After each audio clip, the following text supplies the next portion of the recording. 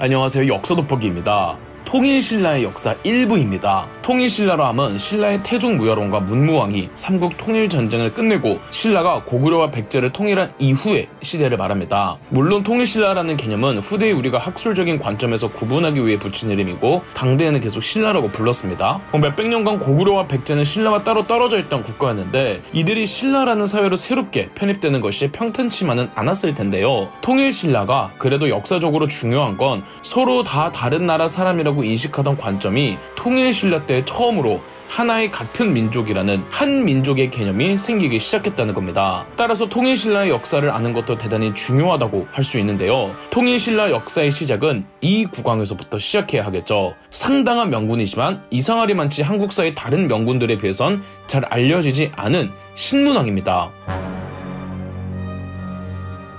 고등학생들 사이에선 뉴스페이퍼 킹이란 별명으로 불리는 신문왕은 신라의 31대 국왕으로 29대 왕 태종무열왕 김춘추의 직계 손자이자 30대 왕 문무왕의 아들입니다. 신문왕은 한국의 사극에서 거의 다뤄진 적이 없어서 덜 대중적인 왕이지만 통일신라 역사는 신문왕으로부터 시작하며 한국사에 있어서 한민족이라는 의식을 처음으로 창립한 군주이고 통일된 한반도 국가의 첫 왕이었다라는 상당한 의의를 띠는 왕입니다. 이 신문왕이 대체 어떤 정책을 펼쳤을까요? 하나하나 살펴보도록 하겠습니다. 681년 신문왕은 즉위하자마자 상대등 김군관을 병부령으로 좌천시켰습니다. 상대등은 오늘날의 국무총리로 국가의 2인자이고 병부령은 오늘날의 국방부 장관입니다.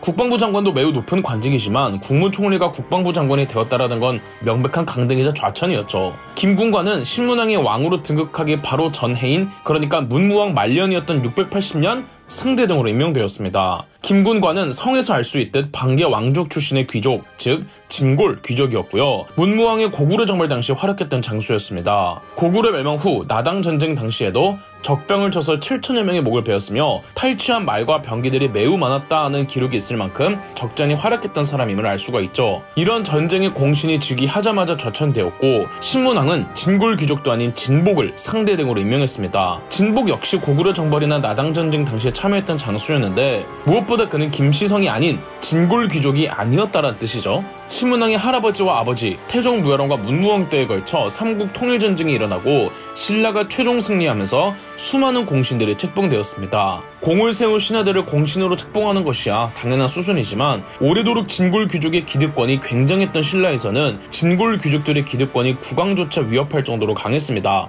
그래서 신문왕의 할아버지 태종무열왕은 까딱하면 왕이 되지 못할 뻔도 있었죠. 그나마 태종무열왕과 문무왕 때에 내정 개혁과 전쟁 승리로 왕권을 강화했지만 연이은 전쟁으로 진골 귀족들마저 공신으로 책봉되니 전쟁이 다 끝나고 이들의 기득권이 언제 어떻게 다시 왕권을 위협할지 모르는 거였습니다. 김군관이나 진복이나 둘 다 전쟁의 공신들인데 신문왕이 즉위하자마자 김군관을 좌천시키고 진복을 상대등으로 삼은 건 공신으로 책봉된 진골 귀족들의 권력을 약화시키려던 신문왕의 의도로 보고 있습니다. 아니나 다를까 신문왕이 김군관을 좌천시키자마자 신문왕의 장인어른이었던 김흠돌이 반란을 일으켰습니다. 이것이 그 유명한 흠돌이난입니다. 신문왕의 장인어른인 김흠돌도 성에서 알 수 있듯 진골 귀족 가문이었고요. 삼국사기에는 김흠돌이 파진찬 흥원, 대하찬, 진공 등과 함께 반란을 일으켰다고 기록되어 있는데 학자들은 흥원과 진공 모두 김시성을 가진 귀족들로 추정하고 있습니다. 좌천당한 건 김군관인데 반란을 일으킨 건 김흠돌인 걸로 봐서는 이미 신문왕은 즉위하기 이전부터 진골 귀족들에 대한 반감을 가지고 있던 것으로 보이고 김흠돌로 대표되던 진골 귀족들은 이를 탐탁치 않아 했는데 신문왕이 즉위하자마자 상대등이었던 김군관을 내치자 이에 곧바로 김흠돌이 진골 귀족들을 모아 반란을 일으킨 것으로 보고 있습니다. 하지만 신문왕은 마치 김흠돌이 반란을 일으킬 거란 걸 알고라도 있었다는 듯이 발빠르게 대처하여 빠르게 흠돌의 난을 진압해버렸습니다. 신문왕은 감히 귀족들이 왕에게 덤빌 수 없는 완벽한 전제군주제의 왕권을 원했던 것으로 보입니다. 그리고 얼마 안 있어 신문왕은 반란을 알고도 고발하지 않았던 김군관마저 죽이고 이런 교서를 내렸습니다. 역적인 흠돌 등과 사귀면서 그들의 반역을 꾀한다는 사실을 알고서도 미리 고하지 않았으니 이는 이미 나라를 걱정하는 생각이 없을 뿐 아니라 공적인 일을 위하여 몸바칠 뜻도 없는 것이니 어찌 재상자리에 두어 나라의 헌장을 함부로 흐리게 할 것인가. 신문왕은 흠돌이 난 이후 흠돌의 딸이자 자신의 아내마저 폐선시키고 내쫓아버립니다. 이렇게 어느 누구도 감히 신문왕의 뜻을 따르지 않을 수 없는 환경을 만들어 놓고 신문왕은 평생의 재위 기간에 걸쳐 중앙 집권화 개혁을 추진해 나갔습니다. 이듬해 682년 신문왕은 국립교육기관인 국학을 설립했습니다. 국학은 오늘날의 대학교와는 살짝 다른 게 오늘날의 대학교는 말 그대로 학문을 위한 기관이지만 삼국시대 교육기관은 관료들을 육성하는 목적이 강했고 국학 출신의 관료들은 상당수가 진골 귀족이 아니라서 국왕에게 충성을 했습니다. 진골 귀족들은 출신이 워낙 고귀해서 국학 같은 거 안 들어가도 얼마든지 고위직 관등을 하사받을 수 있었지만 진골 귀족이 아닌 사람들은 국학을 통해야만 높은 관등을 받을 수가 있었기에 이들은 필연적으로 국왕에게 충성할 수밖에 없었습니다. 이렇게 신문왕은 진골 귀족이 아닌 육두품 출신의 학자들을 육성하거나 국학의 교수들로 임명해 왕의 측근들로 키워나갔습니다. 국학의 대표적인 교수진들로는 강수와 설총이 있는데요. 강수는 문무왕 때부터 외교를 전담하며 외교 문서의 명필로 소문이 나 있었고 원효대사의 아들인 설총 역시 대단한 문장력을 보유하고 있었으며 한글이 창제되기 이전 우리의 글자였던 이두를 정리하고 집대성한 학자로 유명하죠. 아울러 신문왕은 진골 귀족들의 전유물이자 그들을 대표하던 상대 등의 권한을 대폭 축소시키고 그보다는 왕의 비서실장 역할을 하던 시중의 권한을 대폭 강화하여 완전한 전제군주권을 만들었습니다. 한편 지금의 전라도 익산에는 당시 보덕국이라는 신라의 괴뢰국이 있었습니다. 신라가 고구려 부흥운동을 명분상 지원하는 차원에서 신문왕의 아버지였던 문무왕이 고구려의 왕족 출신이었던 안승을 익산에 보내 그곳에 왕으로 삼아주고 보덕국이란 나라를 만들어주었는데 이게 통일전쟁이 끝난 마당에 신라 입장에서는 여간 부담스러운 게 아니거든요. 아무리 괴뢰국이라고 해도 자기 나라 한복판에 다른 국가가 있다는 게 좀 그렇죠. 683년에 신문왕은 보덕국의 허수아비 왕이었던 안승을 수도 경주로 불러들여 왕족 성씨인 김시성을 사성하고 경주에 좋은 집과 밭을 주고 머무르게 했습니다. 이건 누가 봐도 보덕국 없애겠다는 뜻이죠. 그래서 이듬해 684년 안승의 조카뻘인 대문이 보덕국이 있던 익산에서 반란을 일으켰다가 진압당했습니다. 이 사건을 통해서 신문왕은 지방에 대한 중앙정부의 통제력이 더 강해야 함을 알고 685년 신라 전국을 구주로 나누어 지방행정제도를 완비했습니다. 다만 신라의 수도 경주가 지나치게 한반도의 오른쪽에 치우쳐져 있어서 각 지역별로 오소경이라는 특수행정구역을 두어 수도의 편제성을 보완하였습니다. 이렇게 구주, 오소경 체제가 확립이 됐는데 역사에 있어서 지방행정구역 정비는 단순히 그랬구나 하고 넘어갈 게 아니라 지방에 대한 중앙정부의 통제력이 강해졌다는 뜻으로 받아들여야 합니다. 지방행정제도를 정립했으면 그 다음은 뭘 해야 할까요? 지방이 주둔하는 군대, 지방군 편제를 손봐야겠죠. 지방군은 말 그대로 지방을 지키는 군대로 지방에 대한 중앙정부의 통제력이 약하면 지방군들은 그대로 반란을 일으킬 수도 있는 겁니다. 한 국가가 수도 외에 지방군을 둔다는 것 자체가 지금 입장에서 보면 당연하지만 저 고대 국가 입장에서는 엄청난 중앙집권화 정책이었던 겁니다. 신라는 통일 전부터 각 지방군에 정이라는 군부대를 두었는데 신문왕은 구주 중에 각 주에 일정씩 북방 국경지역인 한 주에는 특별히 2정을 두어 총 10정 체제로 완비했습니다. 아울러 신문왕은 중앙군도 손을 뻗는데 신문왕 때 자리 잡은 중앙군을 구서당이라고 합니다. 구서당은 말 그대로 9개의 서당이란 단위의 군부대를 말하는데 이 구서당 편제가 가히 충격적입니다. 구서당 중 녹금서당, 자금서당, 비금서당은 신라인으로 구성했고 황금서당은 옛 고구려인으로 벽금서당, 적금서당은 옛 보덕국 사람들로 흑금서당은 말갈인으로 그리고 백금서당, 청금서당은 백제인으로 구성했습니다. 옛날에 서로 싸우던 적국의 백성들을 지방도 아닌 수도를 지키는 중앙군으로 구성했다는 것 자체가 대단히 파격적이고 어찌 보면 위험해도 확실한 민족 통합책이었죠. 686년에는 신라의 중앙행정부처 14부를 완성하기도 했습니다. 687년 신문왕은 귀족들에게 관료전이라는 토지를 지급했습니다. 그냥 주는 건 아니고 국가에 복역하는 공무원들에게 복역의 대가로 주는 토지였습니다. 이름 그대로 귀족에게 준다기보다는 문무 관료들에게 하사한 거죠. 관료전은 토지의 소유권을 주는 게 아니라 토지에 세금을 거둘 수 있는 권리, 수조권을 주는 거였습니다. 그러니까 세금을 내야 하는 주체들은 세금을 추조권자에게 납부를 해야 했는데 오늘날의 세금의 수조권자는 너무나도 당연하게 정부죠. 신라시대 때는 관료들의 경우도 있었습니다. 그런데 이때 귀족들은 노급이라고 수조권뿐 아니라 노동력 증발권도 가지고 있었습니다. 그러니까 귀족들은 노급이라는 이름 하에 받은 토지에서 사는 사람들의 세금을 걷고 그 사람들을 마음대로 부려먹을 수 있는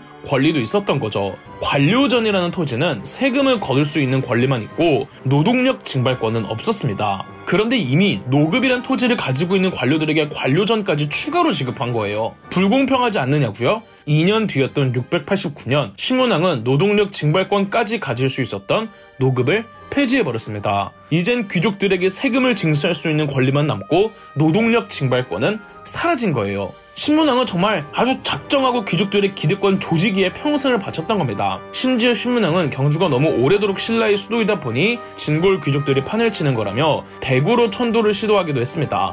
물론 하지는 않았습니다. 신문왕의 정책들이 다소 강경하고 냉혹하고 과해 보이기는 하지만 그 덕에 통일된 신라가 빠르게 사회적으로 통합될 수가 있었고 이후 신라는 안정적인 체제에서 최전성기를 꽃피울 수 있게 됩니다.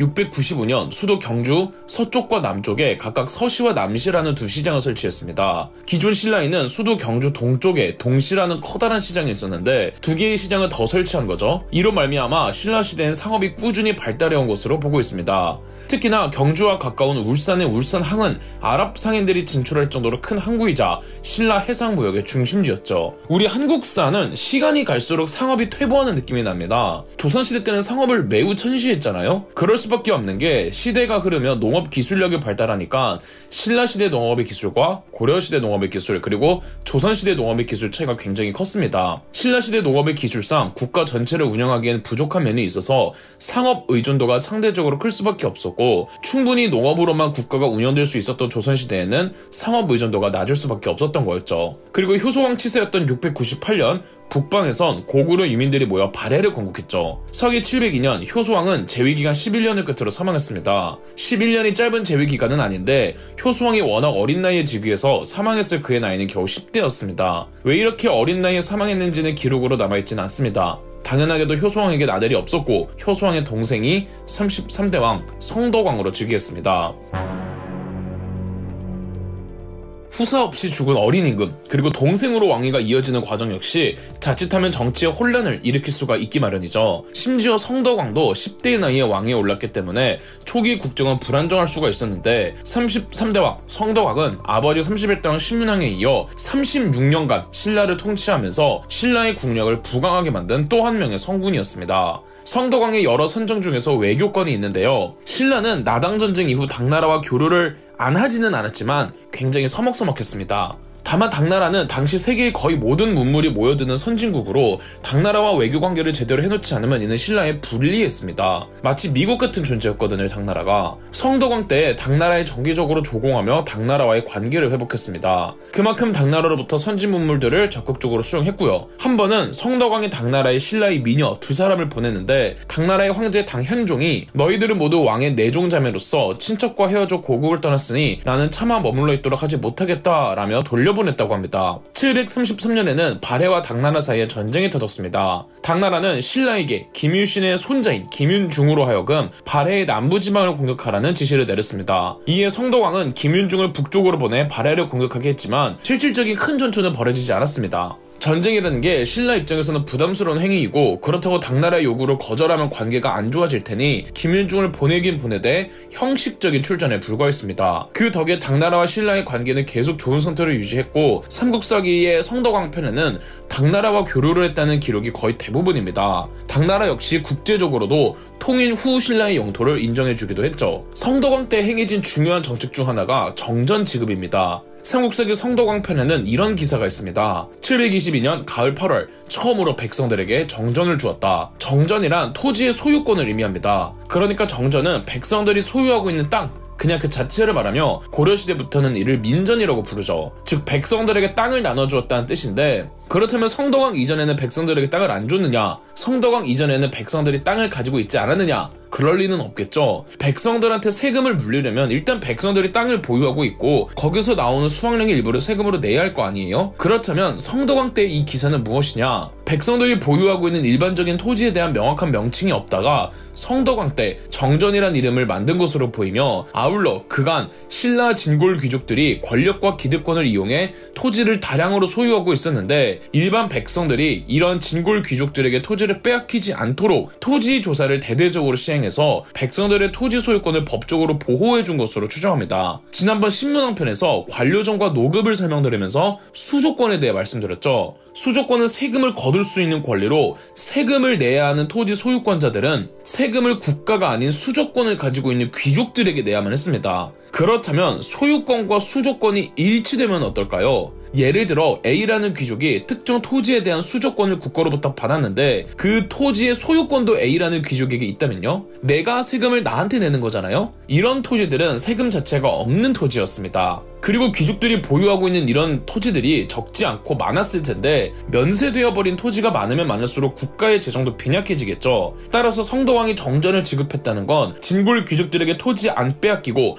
백성들의 토지 소유권을 보호해주려고 한 건 도덕적인 인의에서 기반했다기보다는 중산층을 확보해서 국고를 튼실하게 하기 위한 목적이었던 겁니다. 성도광 치세가 태평성세로 평가받는 이유는 튼튼하고 건전한 국가 재정력 덕에 사회나 경제가 안정적일 수 있었던 배경이 작용한 거였죠. 그리고 성도광 때 신라가 일본을 침공했다는 흔적의 기록들이 있습니다. 일본의 미야자키 현에 있는 어느 한 신사에서 고문서가 전해져 내려왔는데 이 고문서에 의하면 718년 신라군이 미야자키 현을 공격했고 미야자키 현에 있던 백제 유민들이 힘을 모아 싸웠다라는 기록이 있습니다. 훗날 조선시대 때 신숙주가 일본의 역사를 정리한 해동 제국기에는 720년에 신라가 일본의 서쪽 변방을 쳤다는 기록도 있습니다. 그런데 삼국사기에는 이런 기록들이 없습니다. 신라가 일본을 침공했다는 정도면 꽤 큰 사건이고 삼국사기에 안 실었을 리가 없는데 말이죠. 다만 722년 겨울 10월 모벌군의 성을 쌓아 일본이 노략질하는 길을 막았다라는 기록이 있어서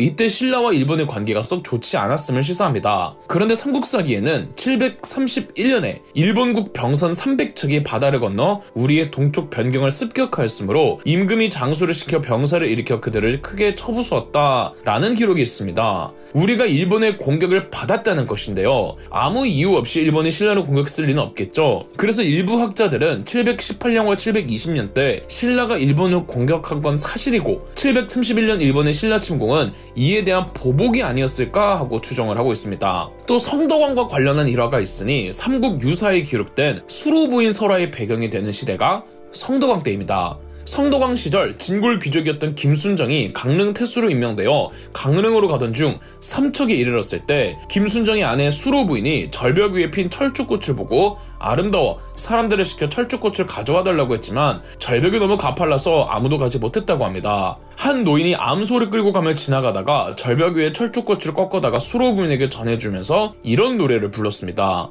자줏빛 바위가에 잡고 있는 암소 놓게 하시고 나를 아니 부끄러워하시면 꽃을 꺾어 바치우리다. 바로 헌화가죠. 헌화가는 우리나라 향찰로 쓰여진 노래 사구체 향가랍니다. 수로 부인의 설화는 또 다른 버전도 있습니다. 강릉 태수로 부임한 김순정이 경주에서 강릉으로 가던 중 삼척에서 쉬고 있는데 해룡이 바다에서 나타나 김순정의 아내인 수로 부인을 바다 및 용궁으로 데려왔다고 합니다. 김순정이 목 놓아 울고 있을 때 역시 지나가던 한 노인이 인근의 사람들을 불러 모아 노래를 부르고 다같이 막대로 언덕을 치면 수로 부인이 돌아올 것이라고 전해주자 과연 노랫소리에 해룡이 나타나 수로 부인을 돌려주었다고 하는데요. 이때 사람들이 다같이 불렀던 노래가 해가입니다. 거부가 수로를 내놓아라. 다른 사람의 아내를 탐하는 죄 얼마나 그리. 네가 만약 거역하여 바치지 않는다면 그물로 잡아 구워 삶아 먹으리. 해가는 헌화가처럼 같은 사구체이기는 하지만 향찰 형태가 아니며 주술적인 특성을 띠고 있어서 향가가 아닌 고대가요로 분류되고 있습니다. 항해술이 발달하지 않았던 때에는 풍랑을 만나 표류하거나 돌아오지 못하는 경우가 비일비재했잖아요. 그래서 바닷가 마을에는 해신에게 제사를 지내는 노래들이 간혹 전해지는데 삼척의 해가도 같은 맥락이고 설화 속 노인은 무당으로 해석하고 있습니다. 그런데 가사를 보면 어떤 게 떠오르시지 않나요? 가야 건국 설화에 나오는 구지가와 거의 동일하죠. 심지어 가야의 구지가에서 얻은 가야의 시조 수로왕과 해가의 수로 부인은 이름까지 동일합니다. 성별만 다르죠. 가야의 구지가와 삼척의 해가 그리고 수로왕과 수로 부인이 어떤 연관을 지니고 있는지는 불분명하지만 그 오랜 시차를 두고도 주술적 고대가요가 꾸준히 전해져 내려오고 있었다는 걸 알 수가 있죠. 737년 태평성세를 일으켰던 성덕왕이 사망했습니다. 그런데 통일신라의 전성기는 여기서 끝이 아니었습니다. 신라의 안정과 안녕과 평화가 정점을 찍었던 시기가 오죠. 737년 성덕왕은 사망 후 성덕왕의 아들이 신라 34대왕 효성왕으로 즉위했습니다.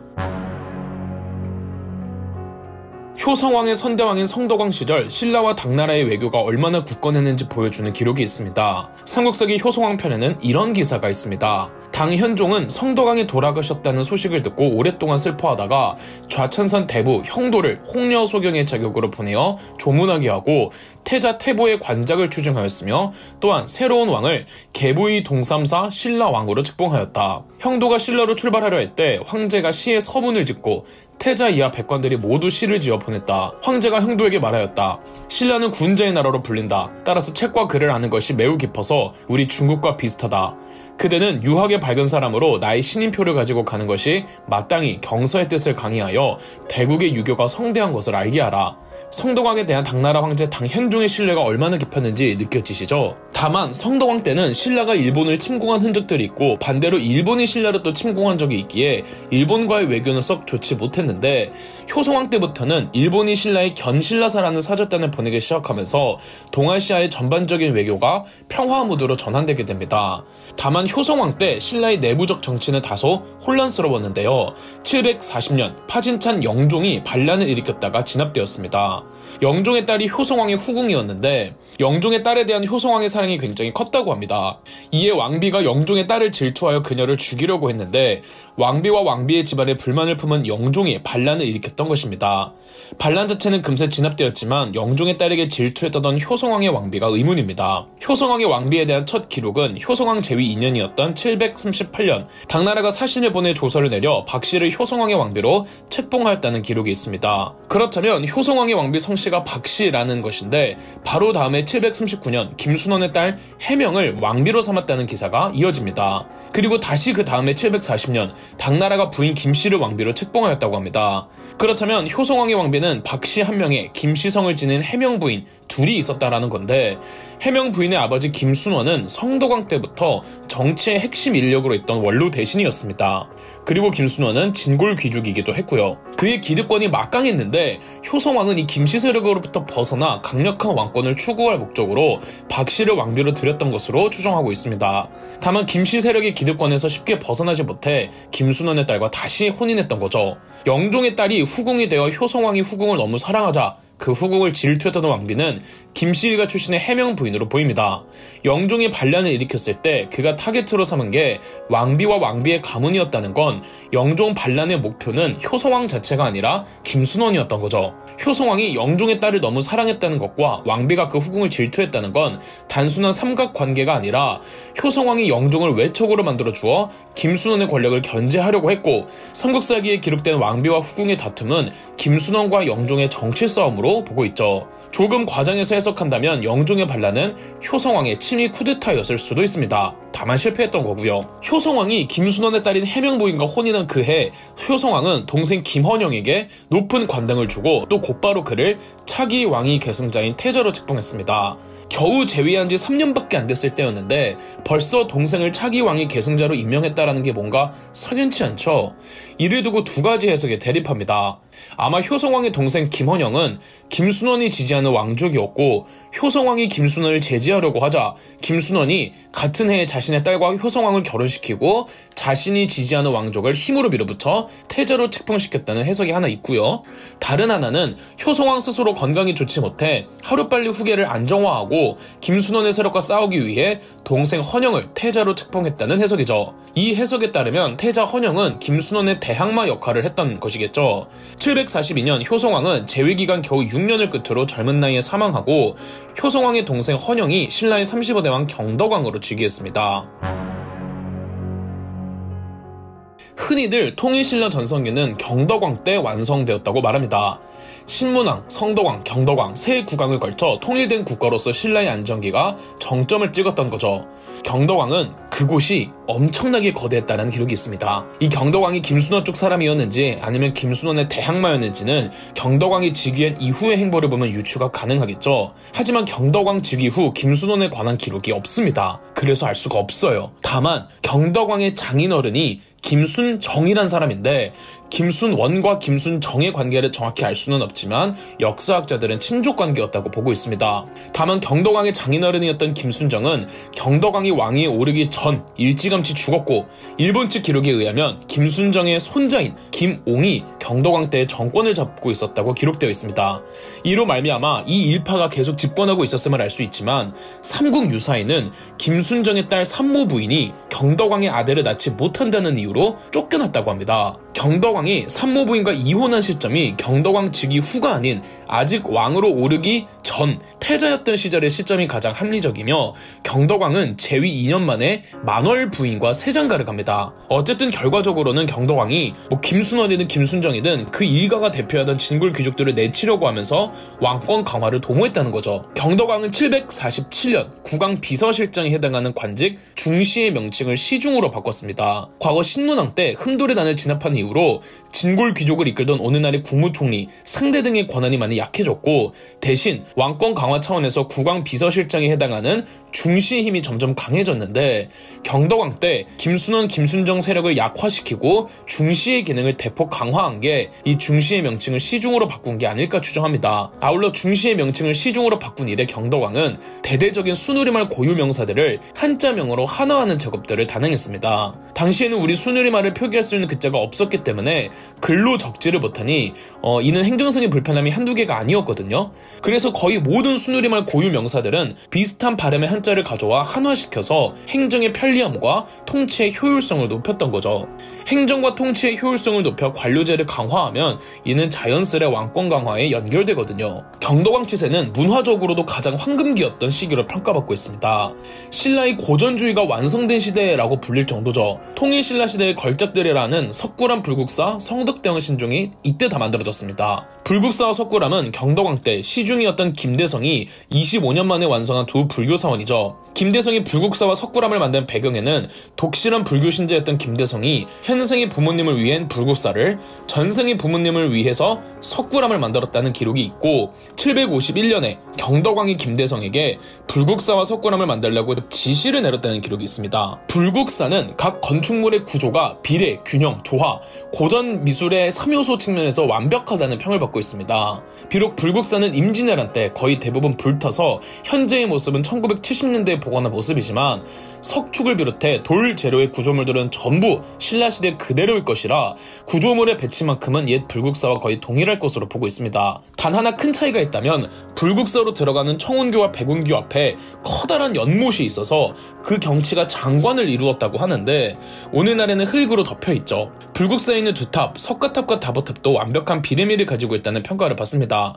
어느 시대나 그 시대의 문화적 패러다임이 있는데 석가탑은 신라의 문화적 패러다임이 가장 뛰어난 시점에 만들어져서 신라 양식의 전형적인 특성을 보이며 또 그 옆에 다보탑은 오히려 그 양식에서 벗어나 신라인들의 역량 스펙트럼이 넓었음을 보여주는 예시죠. 석굴암이야 뭐 말할 것도 없죠. 일제강점기 일본인 건축가였던 요네다 미요지는 석굴암 본존불의 비례미를 분석하면서 12척을 기본 단위로 하면서 루트 2의 활용, 정삼각형의 높이, 원에 내접하는 육각형과 팔각형 등이 적용되었다는 것을 밝혀냈습니다. 물리학자 남천우 교수는 석굴암을 통해 신라인들이 원주율과 쌓인 구도의 값을 알고 있었다고 하면서 석굴암 측량의 그 오차 범위가 1만 분의 1도 안 된다고 했습니다. 유홍준 교수는 석굴암 건축은 그 자체가 과학이자 기술이고 예술이었다고 평했죠. 에밀레종이라고도 부르는 성덕대왕 신종은 경덕왕이 아버지 성덕왕의 공덕을 기리고자 한림랑 김필중에게 범종 제작을 지시하면서 완성되었습니다. 성덕대왕 신종의 종소리에 관해 신라인들은 스스로 산처럼 우뚝하고 소리는 용이 읊조리는 것과 같아 위로는 하늘에 이르고 아래로는 지옥에까지 통하여 보는 사람은 그 신기를 칭송하고 종소리를 듣는 사람은 복을 받았다 라고 했습니다. 카이스트의 이병호 박사는 철저한 물리학과 음향학에 입각해서 국내의 유명한 범종의 종소리들을 점수화했는데 3위가 상원사 동종으로 55.7점, 2위가 보신각 종소리 58.2점, 그리고 1위가 성덕대왕 신종으로 점수가 무려 86.6점이었습니다. 그 외 제망매가, 도솔과, 찬기파랑과, 안민가 등 수많은 향가 작품들이 경덕왕 때 만들어졌고 신라시대 최고의 화가라 하던 솔거도 이때 인물로 추정하고 있습니다. 경덕왕 시기는 국제적으로 아시아의 각 국가들이 당나라를 중심으로 학문적, 문화적, 사상적, 정치적 교류를 활성화하던 평화의 시대로 동아시아 보편의 문명 위에 독자적인 문화를 개화하던 시대였죠. 하지만 경덕왕 때 스멀스멀 어두운 그림자가 드리우기도 했습니다. 757년 경덕왕은 과거 할아버지 신문왕 때 폐지하였던 진골 귀족들의 경제적 기반, 노급을 부활시킵니다. 본디 진골 귀족들은 국가 복역의 대가로 세금을 거둘 수 있는 수조권과 백성들의 노동을 증발할 수 있는 권리를 모두 받다가 신문왕이 노급을 폐지하면서 수조권만 주고 노동력 증발권을 없애버렸는데 경덕왕은 노동력 증발권이 보장된 노급을 부활시킨 겁니다. 이전에 경덕왕의 한화 정책에 대해 상대등이었던 김사인이 강력하게 반대했다는 기록이 있는데 아마 경덕왕은 한화 정책을 시행하는 조건으로 진골 귀족들에게 노급을 부활시켜준 정치적 거래였던 것으로 추정하고 있습니다. 그렇게 통일신라의 전성기는 경덕왕 이후 종식을 맞게 됩니다. 그럼 역사 돋보기였습니다. 저희 역사 돋보기가 멤버십 가입을 시작했습니다. 멤버십 가입을 해주신 분들 덕분에 영상 제작에 큰 도움이 되고 있습니다. 감사합니다. 영상 재미있으셨다면 구독과 좋아요, 알림 설정까지 해주시면 감사드리겠습니다.